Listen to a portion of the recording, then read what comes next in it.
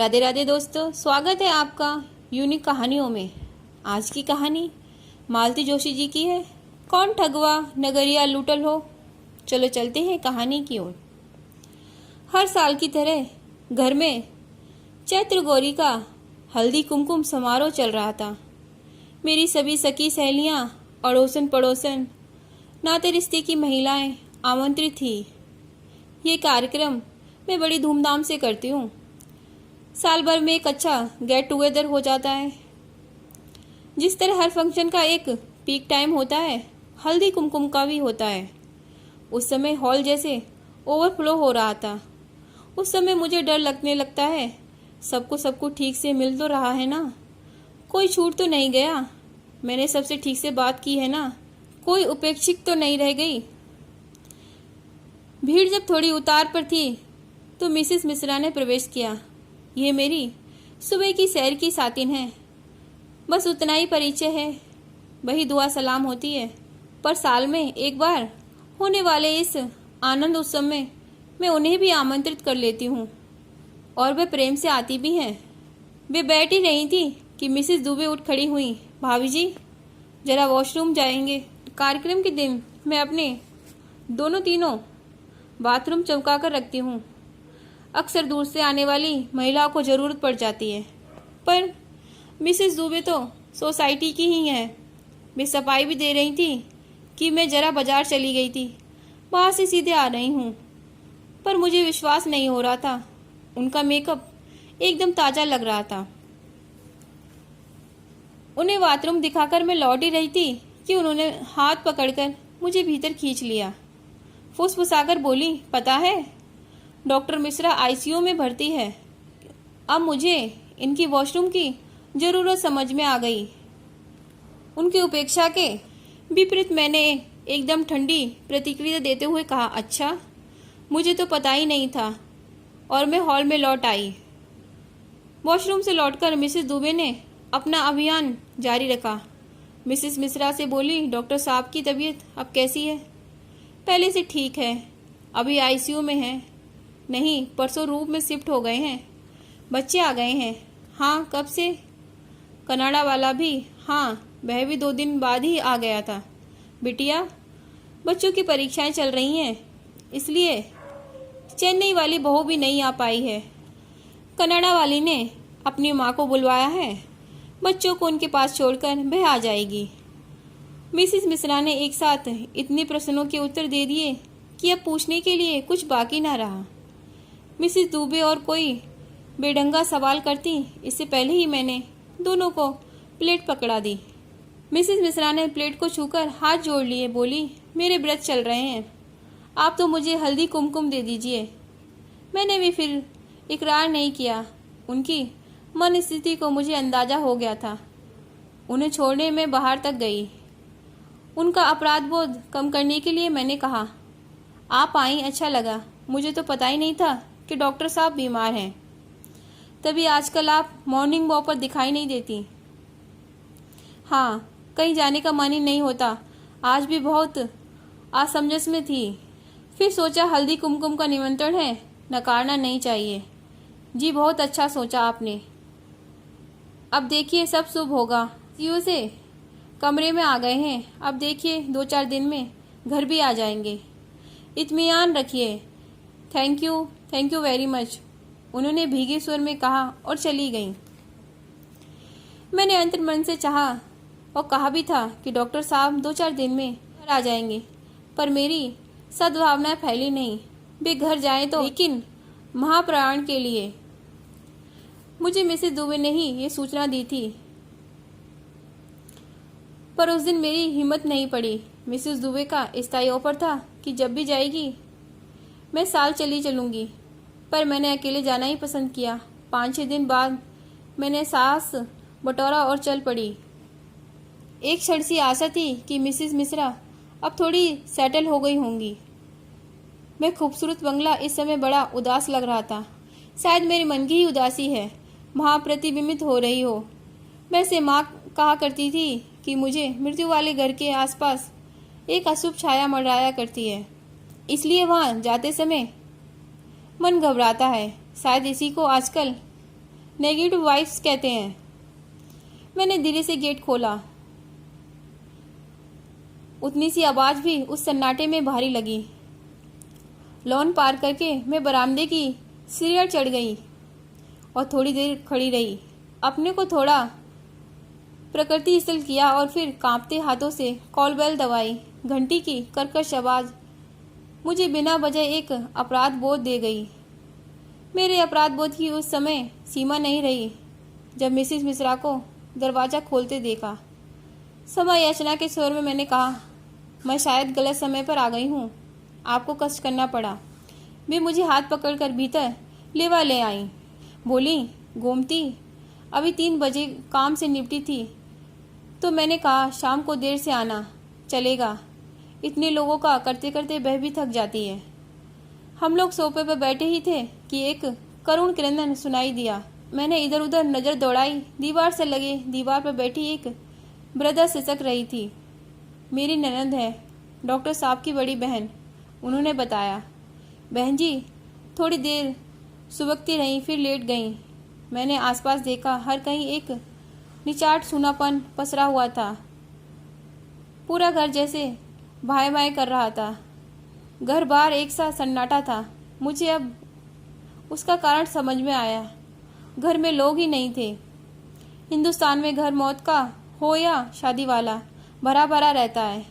वातावरण में जमीन आसमान का फर्क रहता है, पर भीड़ लगी रहती है। लोग रहते हैं तो बातें भी होती हैं, खाने पीने का इंतजाम भी होता है। मिलने जुलने वाले की आम दरफत बनी रहती है, इसलिए शायद दुख सहना आसान हो जाता है, नहीं तो अकेला आदमी पागल हो जाए। यहाँ तो दरवाज़ा खोलने तक को कोई नहीं है। मुझे बड़ा अजीब लगा। मेहमान सब चले गए शायद। वैसे भी आजकल 13 दिन तक कौन रुकता है, बाद में फिर आ जाते हैं, मैंने कहा। मेहमान ऐसे थे ही कौन, सब घर गई थे। बड़ी बहू चेन्नई से आई थी, तीसरा करके लौट गई। बच्चों की परीक्षा चल रही हैं, अब 13वीं पर बच्चों को लेकर आएगी। छोटी वाली अब 13वीं पर ही आएगी, फिर दोनों कनाडा लौट जाएंगे। वह 20 दिन से यहीं पड़ा है, लौटने तक महीना तो हो जाएगा। बिटिया आई थी, आज ही लौट रही है। दोनों भाई उसे एयरपोर्ट छोड़ने गए हैं। उसे रोक लेती, आपको सहारा हो जाता। उसके बच्चे बहुत छोटे हैं, इतने दिन रह ली यही बहुत है। मन वही अटका हुआ था। अब 13वीं पर शायद दामाद अकेले ही आएंगे। और आप सहारे की बात कर रही हो तो अब आदत डालनी होगी। खुद को ही सहारा ढूंढना पड़ेगा। बच्चे कितने दिन रुकेंगे, उनकी अपनी गृहस्थी है, अपना काम है। अपने पिता के लिए बेचारे सब कुछ छोड़कर दौड़े चले आए थे, आखिरी सांस तक उनके साथ रहे। लोग इसी दिन के लिए बेटों की आस करते हैं। मैंने दर्शन झाड़ा, पूछने वाली थी कि आपके पीरियड से कोई नहीं आया, पर उन्होंने जैसे मेरे मन की बात पढ़ ली। बोली, मेरे भाई भाभी आए थे, 2 दिन रहकर चले गए। क्लिनिक कितने दिन बंद रखते? आपके भाई भाभी डॉक्टर हैं? हाँ, पिताजी भी डॉक्टर थे।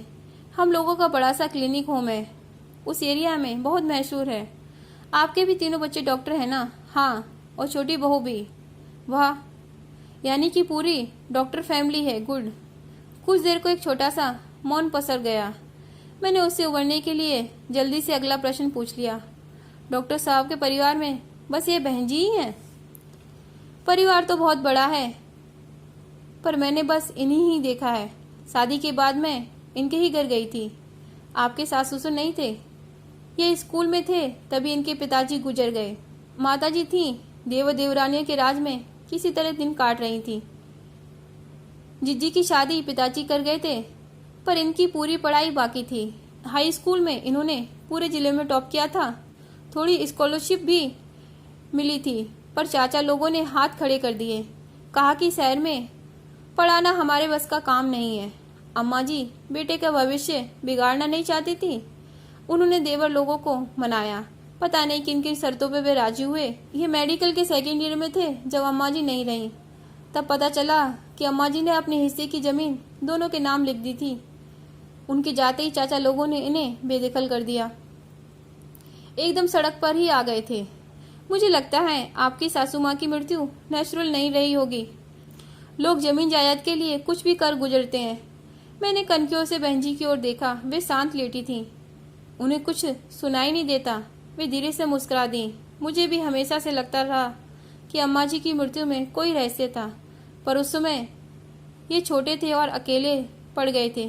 क्या करते? फिर पढ़ाई कैसे पूरी की? मेरे भाई साहब के साथ पढ़ते थे। उन्होंने बाबूजी को बताया। बाबूजी बोले, ब्राह्मण का लड़का है, होनहार है, उसका कैरियर बर्बाद नहीं होना चाहिए। फिर बाबूजी ने इनका पूरा खर्च उठाया, हॉस्टल की फीस भी दी, ट्यूशन फीस भी दी, MBA के बाद भी PG करने भी भेजा। पूरे 2.5-3 साल से ये बाहर थे। आपके पिताजी सचमुच पुण्य आत्मा थे, नहीं तो आजकल कौन किसी के लिए इतना करता है। इस पुण्य का फल भी उन्हें हाथों हाथ मिल गया। ईश्वर ने हीरे जैसा दामाद जुटा दिया। इसमें ईश्वर की कोई करामात नहीं है, ये सब योजनाबद्ध कार्यक्रम था। मतलब? वे चुप हो गई। मैंने थोड़े संकोच के साथ कहा, ऐसे पूछना तो नहीं चाहिए, पर आपकी लव मैरिज रही होगी ना, क्योंकि आपने बताया था कि आपके भाई साहब और डॉक्टर साहब साथ पढ़ते थे। हमारी ना तो लव मैरिज थी, ना अरेंज मैरिज थी, वह तो प्लानिंग वाली शादी थी। बाबूजी ने भाप लिया था कि लड़का होनहार है, परिवार से कटा हुआ है, इसलिए उन्होंने सोचा कि इसे पढ़ा देंगे तो एक साथ 3 काम सज जाएंगे। एक तो लड़के की जिंदगी बन जाएगी, दूसरे बिटिया को डॉक्टर दूल्हा मिल जाएगा, तीसरे साले बहनें मिलकर नर्सिंग होम को चमका देंगे। बाबूजी की 2 इच्छाएं पूरी हो गईं, पर तीसरा सपना अधूरा रह गया। क्यों? 1-1.5 साल से नर्सिंग होम में काम करने के बाद इन्हें एहसास हुआ कि वह आदर मान नहीं मिल रहा जो घर के दामाद को मिलना चाहिए। मैंने भी महसूस किया कि इन्हें औरों से कमतर आका जा रहा है। हम दोनों के स्वाभिमान पर ठेस लगी तो एक दिन हम लोग सब कुछ छोड़ छाड़ कर यहाँ चले आए। यहाँ क्यों? एक ऑफर था, एक परिचित डॉक्टर के क्लिनिक में असिस्टेंट के बतौर काम करना था। नई जगह थी, हाथ में डिग्री के सिवाय कुछ भी ना था। 2-3 साल बड़े कसाले में काटे। इन्हें तो अभावों की आदत थी, पर मेरे लिए यह सब झेलना बहुत कठिन था। 2-3 साल बाद गाड़ी पटरी पर आई, इनकी प्रैक्टिस चल निकली। फिर इन्होंने अपना क्लिनिक खोल दिया। दिन रात मेहनत की, पैसा बरसने लगा। जो बहवे में पिता के घर छोड़ आई थी, अब वह फिर से मुझे प्राप्त हो गया। इन्हें तो जैसे जुनून चढ़ गया था। वे बच्चों को हर वो चीज़ देना चाहते थे जिसके लिए बचपन में वे तरसे थे। अच्छा खाना, अच्छे कपड़े, अच्छा घर, अच्छी गाड़ियाँ, अच्छी शिक्षा। तीनों की शादियाँ भी इन्होंने बहुत धूमधाम से की हैं, जैसे वे अपने जीवन से दरिद्रता की हर रेखा मिटा देना चाहते थे। सेल्फ मेड मैंने ऐसे लोगों को ही तो कहते हैं। सफलता ऐसे लोगों की ही चरम चूमती है और कहते हैं हर सफल व्यक्ति के पीछे एक स्त्री होती है, तो वह आप हैं। आप उनके यश में बराबर की हिस्सेदार हैं। उनकी आंखें अचानक भीग गईं। मैंने उनके कंधे थपथपाते हुए कहा, अरे ऐसे रोते नहीं हैं। रामचरित मानस में लिखा है कि यशस्वी पुरुष की मृत्यु पर शोक नहीं करना चाहिए। डॉक्टर साहब अपनी सारी जिम्मेदारियां पूरी करके गए हैं, आपके लिए भी पुख्ता इंतजाम करके गए हैं। बच्चे आपके सुशील हैं, संस्कारवान हैं। फिर भी मुझे विश्वास है कि आपको उनके आगे कभी हाथ फैलाना नहीं पड़ेगा। भाभी जी, क्या पैसा ही सब कुछ होता है? उनकी आवाज़ अत्यंत कातर थी। शायद बहुओं से नहीं बनती होगी, पर यह तो आजकल आम बात हो गई है। और इनकी बहुएं कौन सी इनके पास रहने वाली हैं? मृत्यु से एक दिन पहले इन्हें बहुत तेज बुखार हो गया था। अच्छा, डिलीरियम हो गया था। डिलीरियम समझती है ना? डिलीरियम मतलब सन्निपात ना, जिसमें आदमी उठपटांग बोलने लगता है। हाँ वही। यह भी उस समय वही तवाई बकने लगे थे। मुझे तो इतनी भद्दी भद्दी गालियाँ दी कि बच्चों के सामने मैं शर्म से गड़ गई। बच्चे भी अस्पताल वालों के सामने शर्मसार हो गए। फिर छोटा मुझे घर ले आया, बोला पापा आपको देखकर एक्साइट हो रहे हैं, आप कुछ देर उनसे दूर ही रहे। उसके बाद से वे 24 घंटे जीवित थे, पर मैं उनके पास नहीं गई। मन ही नहीं हुआ। उनकी वह नफरत, उगलती आंखें और गंदी गालियां जहन में जैसे कैद हो गई हैं। उन्हें मैं कभी भूल नहीं पाऊंगी। देखिए मिसेस मिश्रा, बीमारी में आदमी का अपने में बस नहीं रहता। ना शरीर पर, ना मन पर, ना वाणी पर। उनकी बातों को इस तरह दिल पर नहीं लेना चाहिए। अपने पर वश नहीं रहा, इसलिए तो मन की तलहटी में दबी नफरत उस दिन सतह पर आ गई थी। नफरत किस लिए? ये शादी उन पर थोपी गई थी ना, इसलिए। मजाक मजाक में वे कई बार कह चुके थे, पर मैंने कभी सीरियसली नहीं लिया था। कभी कहते डॉक्टर साहब का मुझ पर कोई कर्ज बाकी नहीं है, मैंने उनका इतना बड़ा बोझ हल्का कर दिया था। कभी बच्चों से कहते बेटा शादी अपनी मर्जी की करना, मेरे पास तो और कोई ऑप्शन नहीं था, पर तुम्हें पूरी छूट है। जिसे हम मजाक समझते रहे वह बात उनके मन में गहरे बैठ गई थी। वे थोड़ी देर को चुप हो गईं, फिर बोली, इस नवंबर में हमारी शादी को 40 साल पूरे हो जाएंगे।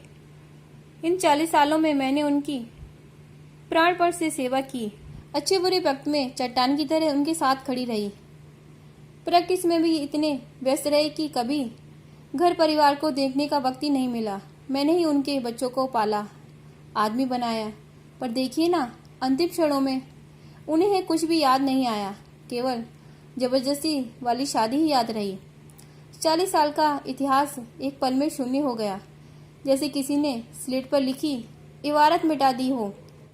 मेरी सारी तपस्या पर पानी फिर गया और वे एक दिन फकफका कर रो पड़ी। उनकी रुलाई का आवेग इतना प्रचंड था कि मैं समझ गई, आज पहली बार उन्होंने अपनी ये व्यथा किसी के सामने साझा की है। और साझा करती भी किससे? बेटी से, बहू से।